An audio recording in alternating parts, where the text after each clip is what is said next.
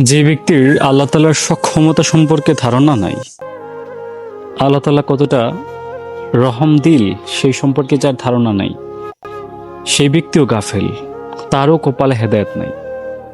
আমরা সচরাচর সেই মানুষের কাছেই সব থেকে বেশি যাই, যার কাছে গেলে আমরা উপকৃত হই, যে আমাদেরকে কোনো কিছু দেয়, যার কাছে গেলে আমরা ভরসা পাই।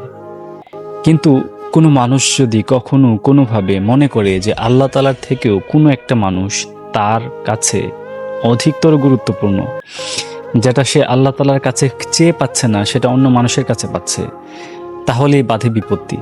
কারণ আল্লাহ তাআলার সক্ষমতা সম্পর্কে যে আপনি জানছেন না, এটাই মূলত আপনার গাফিলতি। আল্লাহ তাআলার কাছে এমনভাবে চাইতে হবে যেন আপনার মনে বিন্দু পরিমাণ সন্দেহ না থাকে যে আল্লাহ তাআলা দিবেন নাকি আল্লাহ তাআলার সক্ষমতা আছে নাকি নাই। আল্লাহ তাআলা সাহালাবাতুল আনসারীর মতো একটা মানুষকে যদি ক্ষমা করতে পারেন, তাহলে ভাই আপনাকে কেন করবে না? আল্লাহ তাআলা যদি উহুদের যুদ্ধে মুসলমানদেরকে সাময়িক পরাজিত করা একজন কাফেরকে ক্ষমা করে পৃথিবীর মাঝে তার নাম উজ্জ্বল আলোর মতো ছড়াইয়ে দিতে পারে, তাহলে আপনার নাম কেন ছড়াবে না? তাহলে আপনার দোয়া কেন আল্লাহ কবুল করবেন?